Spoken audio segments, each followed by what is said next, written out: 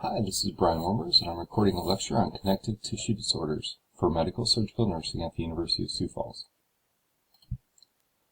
So some of our learning objectives today are going to be taking care of a patient with osteo and rheumatoid arthritis, talking about priority cares for those patients, talking about key interventions and collaborative management for patients with osteoarthritis and rheumatoid arthritis, talk about teaching in the postoperative period, and then talk about the knowledge of pathophysiology to monitor for and prevent complications regarding total joint arthroplasty.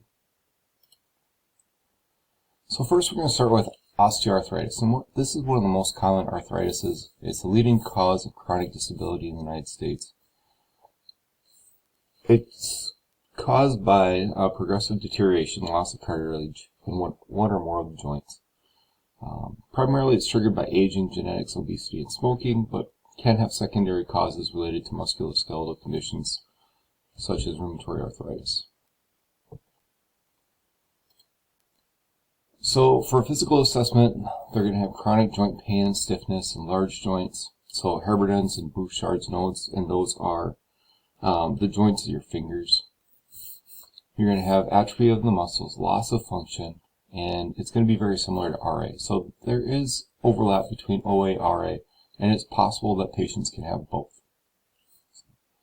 With this, there is psychosocial ramifications of this. There can be significant depression, anxiety related to chronic pain. So with some of the laboratory testings, often we're looking for inflammatory markers such as ESR and CRP, and note that they might be elevated. This is not an autoimmune type of situation, so we will not have ANCA levels be elevated or any of those type of situations, and that will help distinguish between the RA and OA. On imaging, you'll see changes on your x-rays to that structural joint. You could do MRIs, you could do CTs. So RA is chronic progressive systemic inflammatory autoimmune disease process of the joints. So it will look very similar to OA, except the thing that's going on with this one is you've got autoantibodies, and so the rheumatoid factors, and that causes the inflammation. And so once again, it breaks down those joints, involves the articular cartilage, joint capsule, and surrounding ligaments and tendons. Not sure what causes this, but we're thinking it's environmental or genetic factors. It is more common in females than in males, where osteoarthritis is both.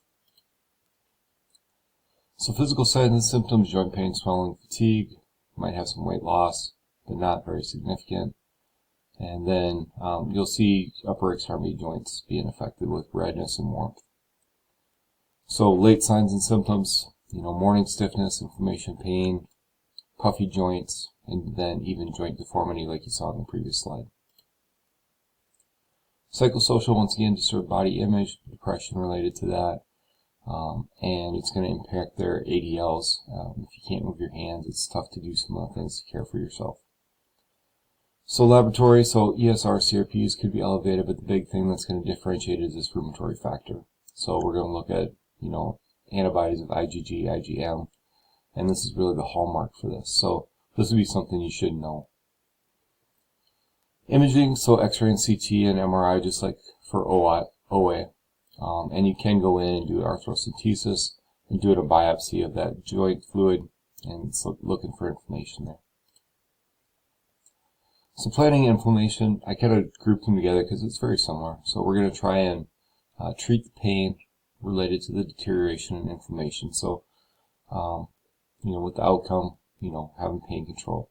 We can do lots of different things with them. So pharmacological interventions, so NSAIDs, analgesics, steroids. If it is RA, we can use disease-modifying anti-rheumatic drugs, even like methotrexate, Plaquenil, Xeljanz, these kind of fun things.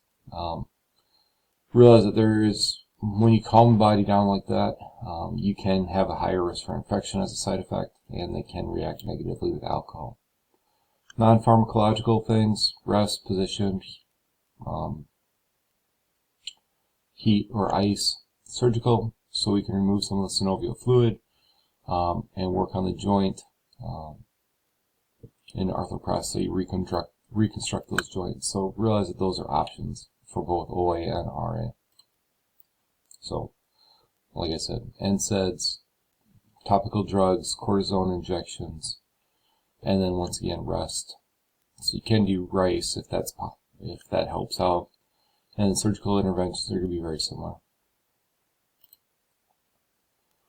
Sometimes, if you get bad joints, you do have to do a joint replacement with artificial joints. This is common for hips if there's fractures, or knees related to the osteoarthritis.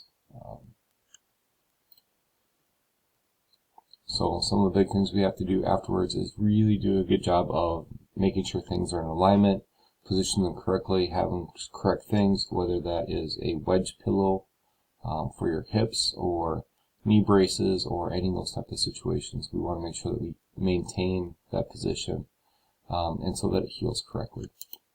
We also want to watch for infection, treat that appropriately, and then any signs or symptoms of bleeding or hypotension. With any total joint, especially knees and hips, we really worry about VTEs. So with that, we're trying to prevent that. So we're doing our sequential compression devices, stockinettes, leg exercises, encouraging fluids, giving Lovenox or other anticoagulants, and then really trying to watch for signs and symptoms of any sort of a VTE that might be occurring. As a reminder, do not massage those legs. If you think there's a VTE, you could set that free, and then it could go into a pulmonary embolism or do other bad things.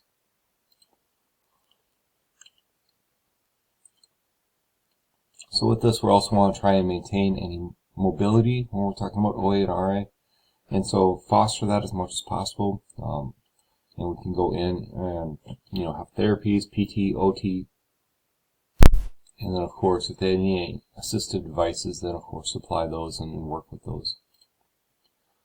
Interventions, interdisciplinary effort, like I said, recreational exercise, therapeutic exercise, PT, OT, all those kind of things, just try and keep them active and work on their ADLs. So community-based care, this is often home care, especially if they are out of the surgeries or out of the hospitals and doing those kind of things. We really want to get them home as soon as possible and help support them with their ADLs.